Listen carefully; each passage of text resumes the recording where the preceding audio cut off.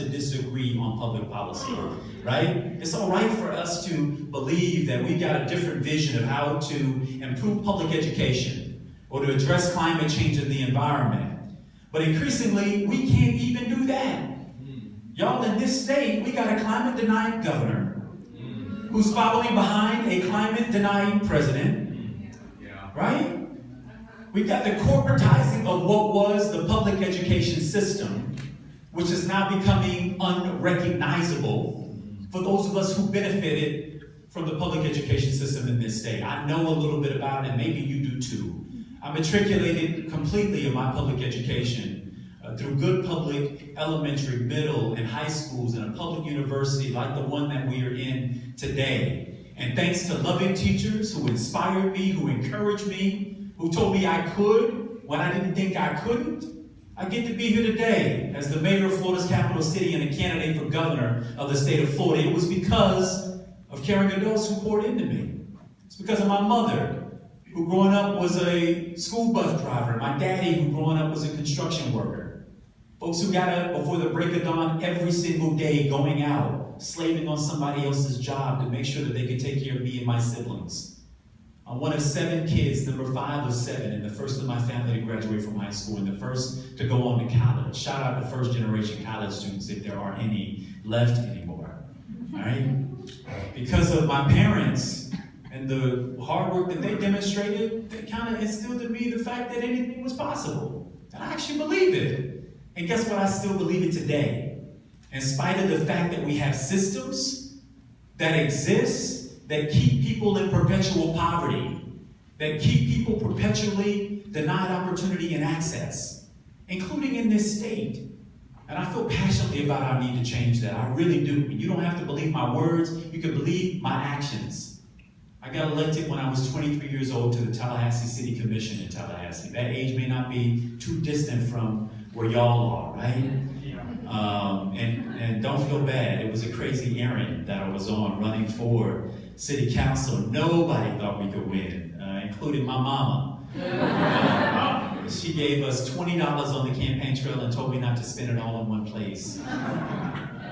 We raised probably the least amount of money in that primary election in a 7-way race in front of a constituency that was nearly 70% white.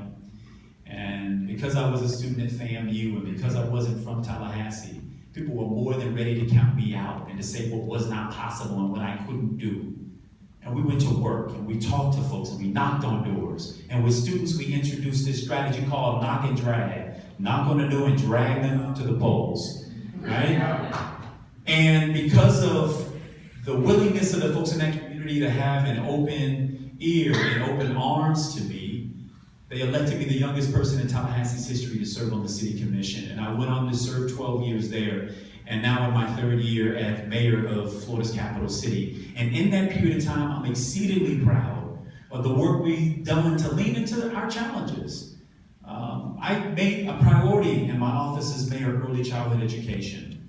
Between 0 and 5, where over 90% of your brain development happens over the course of human life. Our kids are literally sponges in those early years. And in this state, we treat them like throwaway years. We goo-goo and gaga our kids. We have very little productive regulation around early childhood education. And our K-12 system, for some of y'all who just emerged out of it, you know that we are testing our kids, quite frankly, for the sake of testing. Because science and research keeps telling us that these tests don't tell us what our kids know, but how well they take a test. Right? We got kids on anxiety medication because of what these standardized high-stakes tests foretell of their future. That's not to say that we shouldn't have testing. I had testing when I matriculated in this state. Practically had it every week. Spelling, math, this, that, and third, right? And these were accurate, better assessments of what we were teaching our kids. And now what we seem obsessed with is teaching them to the test. We've got the social studies teachers giving up their curriculum time for the math teacher because that's what's on the test. And then the test changes from year to year, a new testing instrument. Those same lobbying groups who line the pockets of our policymakers up in Tallahassee, and they introduce a new model. Then they change the test, and then the teachers have to change the method and teach them a new test. Well, I believe we ought to take the shackles off of public education through the K-12 system. Allow our teachers to do the job they were hired to do, which is to teach our kids. To teach them. I'm also a believer that between 9th grade and 12th grade, we have to have a radical reinfusion of the trades, of pipeline programs, of skill building programs, because everybody isn't on a college-bound trajectory, right? And we shouldn't say that your life is over because you're not going to a 4-year or a 2-year university. We should equip you with a skill that you can monetize, go to work, get a good job, and take care of yourselves and your families. Yeah. That's what should exist in this state. And for those of us like you and me that college worked for, that we have the pathway and the trajectory, we ought to be able to attend a public institution in this state without going bankrupt or being saddled in a lifetime of debt. We ought to work toward creating 2-year institutions to be free. And for our 4-year universities, I'm interested in making a proposal that says if you're willing to give us 4 years of your time in the industries in this state where we need more workers, teachers where we have a teaching shortage, nurses where we have a nursing shortage, even in forestry we've got shortages, that if you give us 4 years, we'll pay for your 4 years. Right? That means there's a give and take. You give to the state, you give to the people, you give back, and we give to you. It's a gift that keeps on giving. It keeps your talents right here in our state. It means that you don't have to be on the first thing flying out of this state when you graduate. It means that we're going to build an economy that makes way for you. And I know a little bit about that. My city competed for a tech hire designation. The Obama administration awarded about 50 of them around the country, 2 in the state of Florida, 1 in Miami and 1 in Tallahassee, because of the work that we were doing to train the next generation of workers for the jobs that exist today, technical jobs. And I know when we hear tech, you think it means sitting behind a computer and writing code. I'm talking about the liberal application of tech jobs. And unfortunately, we haven't made that part of our gold standard in this state. We've not made what it means to be innovators and creators and job growers a part of this state's future economy. We have a governor who runs around calling himself the jobs governor, let alone he doesn't tell us that what he's creating largely are low-wage jobs. That's right. Well, you better be the jobs governor when you got to work 2 and 3 jobs just to make ends meet. He better be the jobs governor. I want to be a real jobs governor. A jobs governor that creates jobs that allow you to work and allow you to work with dignity. Yeah. And what it means to have work with dignity, what that means is to be able to access health insurance and to maybe make enough via your wage and your salary to take a vacation once a year. Shouldn't be too much to ask in a state as big as ours, as diverse as ours, as rich as ours, as talented as ours. But it requires a governor with a North Star, right? You can't have a governor who doesn't believe science. You can't have a legislature that has now made it law for anybody in the state of Florida and any part of the state to question the curriculum that our teachers are teaching. Can you imagine what that means for American history? And what part of history gets told and what part of history doesn't? Can you imagine what that means for science? What part of science gets taught and what part gets challenged? Can you imagine what that means for our kids and libraries and books? Of which ones have to come off the shelves and which ones we get the benefit of reading. That's what we're talking about. Our state legislature has gone to the extreme, and they've either been led there or followed there by our governor. I believe we deserve a different type of leadership in this state. We deserve a governor who recognizes, guess what? Sea level is rising, climate change is real, and if you don't believe me, you go down to Miami Beach on a non-rain day and you see that they're closing down streets due to high tide. A natural occurrence. You think that we don't have a problem with the environment? Then explain to me why we have algae blooms that are guacamole content flowing out of the east and the west side of this state. Right? While President Trump decided that he was going to back out of the climate Paris Accord, that very same week, I was breaking ground on a 120-acre solar farm in Tallahassee, Florida, which will triple the amount of solar energy that we produce. That ought to be the future of this state, right? That ought to be the future of this state. It ought to be the future of this state. We're the sunshine state, after all. Let's let it mean something. And in the way of making it mean something, we ought to let it be part of creating the future jobs of this state. Can you imagine if we were to use public right-of-ways to create solar farms up and down the public right-of-ways of this great state of Florida? If we decided that we were going to tell the lobbyists for non-renewable energy that they had to take a back seat, that we were going to take advantage of what Mother Nature gave us first, and we were going to be good stewards of that. I'm not just an environmentalist, and I don't just believe in preserving the environment. I also believe that there's an economy in preserving the environment. There's also sustainability in preserving the environment. On criminal justice reform, we believe we deserve a governor who believes in second chances. Yeah. Right? We have a law in this state that's constitutional that you can't be tried twice for the same crime. It's called double jeopardy. But it seems you can be punished perpetually, forever, for making a mistake. We ought to return rights to felons. And that's why you all ought to sign that petition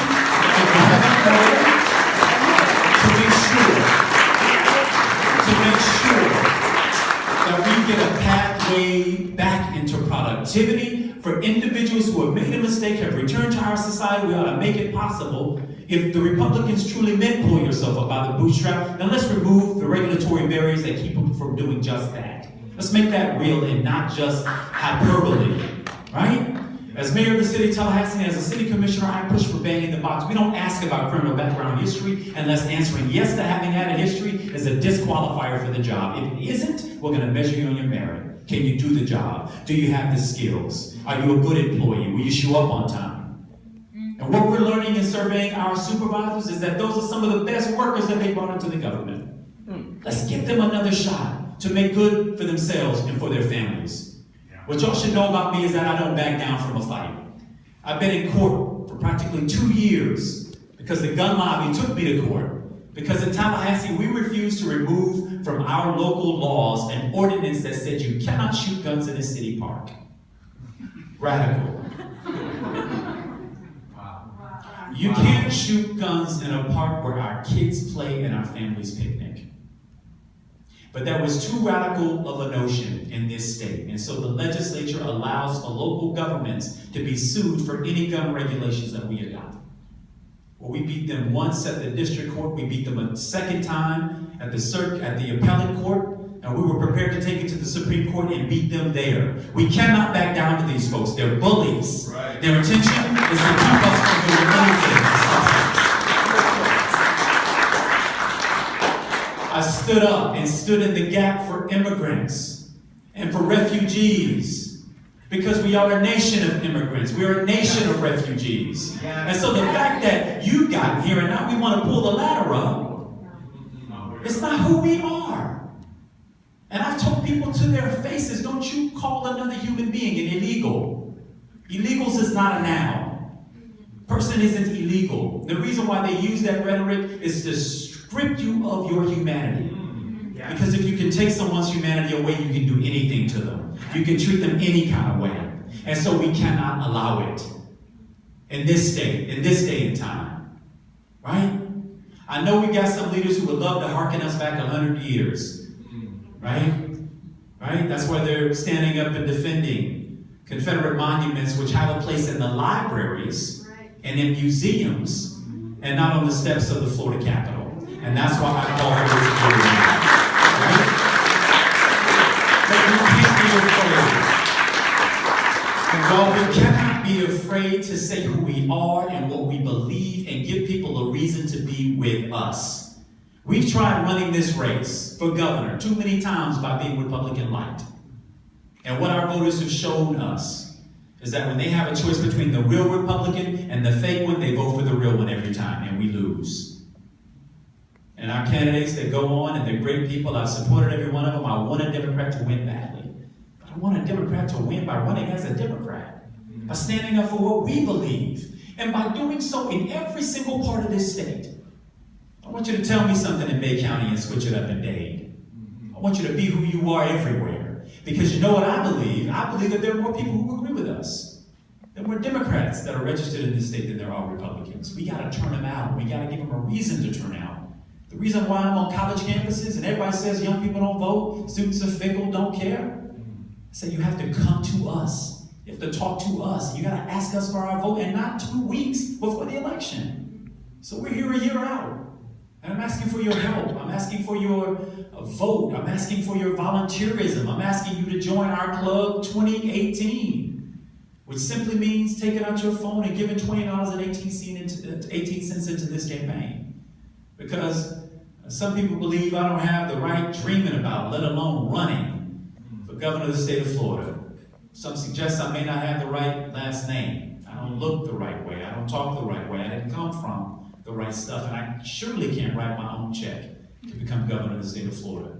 The only way I'm going to do this is by relying on the help of people like you and your friends and your network and your family.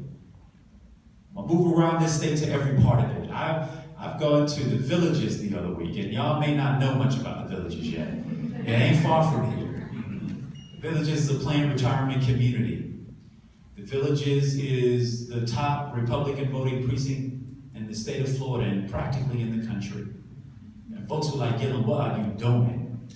Going to the villages. I was like, there are voters in the villages. Of course I'm going to the villages. And we get there thinking we may see 50, 75 folks, and we get there and this room is teeming with over 500 retirees. Almost not another face that looked like mine. And I told them who I was, and I answered their questions, and I asked them for the one thing in life I'd only ever asked for, which was a chance. And I said if they gave me the chance to be their nominee of the Democratic Party for governor, I promised them that they won't regret it. We're going to fight hard every single day, carrying a strong message across the state around why we deserve to be in leadership again, and why we have been hurt by the past 20 years of leadership under Republican control. And when I finished, the leader of the group said, man, I believe Andrew Gillum ought to be governor of the state of Florida. And he said, I want to put $20 behind you. There goes that 20 again. Yeah. And if anybody else believes Gillum ought to be governor, I want you to put $5, $10, or $20 behind him. And when we finished, they raised nearly $6,000 in $5, $10, and $20 contributions in a place that they told me I shouldn't go. Right? So that means we got to go everywhere. We have to stop treating the race for governor as if this is the Electoral College.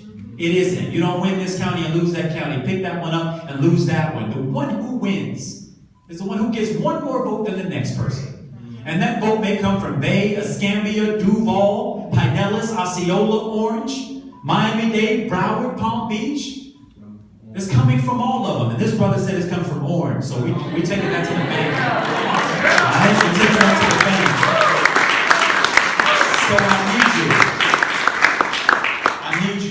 I need you, and that's probably the most direct and honest thing I can say. I need you. I can't do this by myself. This is a fool's errand if I try running it alone. I need your help. I need your volunteerism, your support, your resources, however small you may consider them. We need them. I've got more individual contributors in this campaign for governor than anybody. We ain't got the most money. We got more of us who are with us. And we need more. And the way you signal that is by going on and giving at andrewgillum.com, but also by signing this form that we got up here where we're asking you to say, I'm willing to volunteer. I'll help you build part of the G unit right here in Orange County.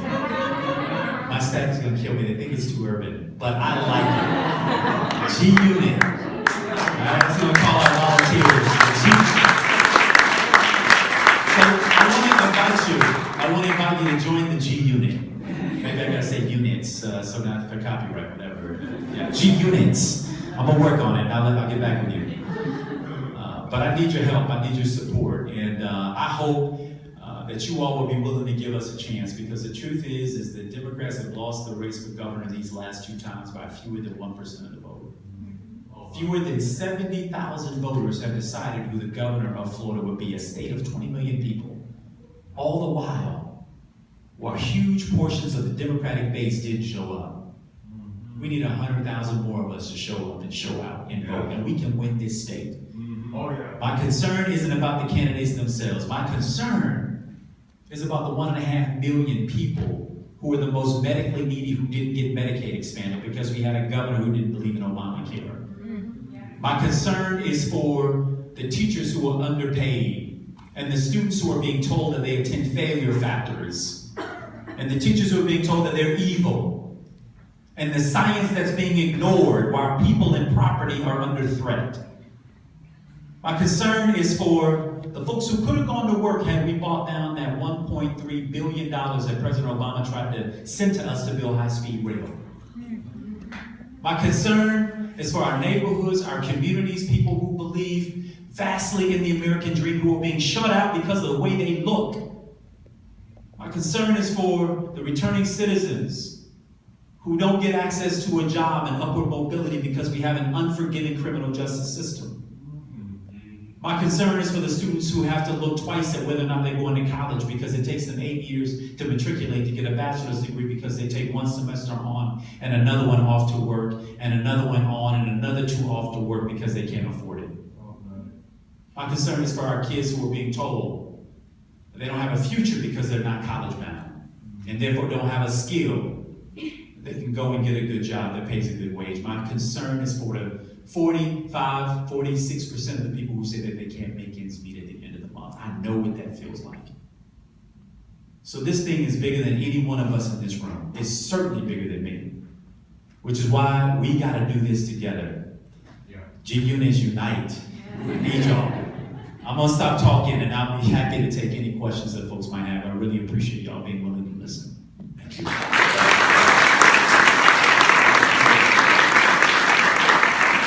Start with questions right here in the front. So, hi. So, like I raised my hand earlier, I'm the non-Democrat here. We signed it up, though. Well, I came here with an open mind. I wanted to definitely listen to what you had to say. I always believe that my vote is valuable and it deserves to be earned.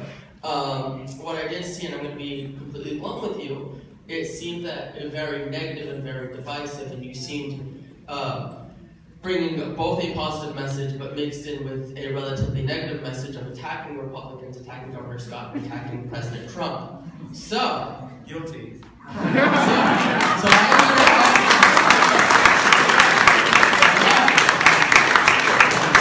the problem I think a lot of us, especially young people who are not partisan, have with politics today. So I'm probably going to ask you the most difficult question you have ever been asked in your life.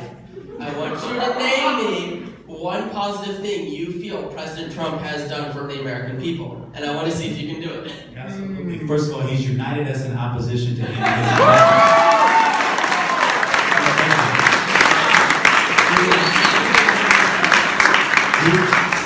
He has uniquely united reasonable thinking people on the left and on the right to oppose his hatred, his vitriol, his division, his derision, and his inability to be an adult.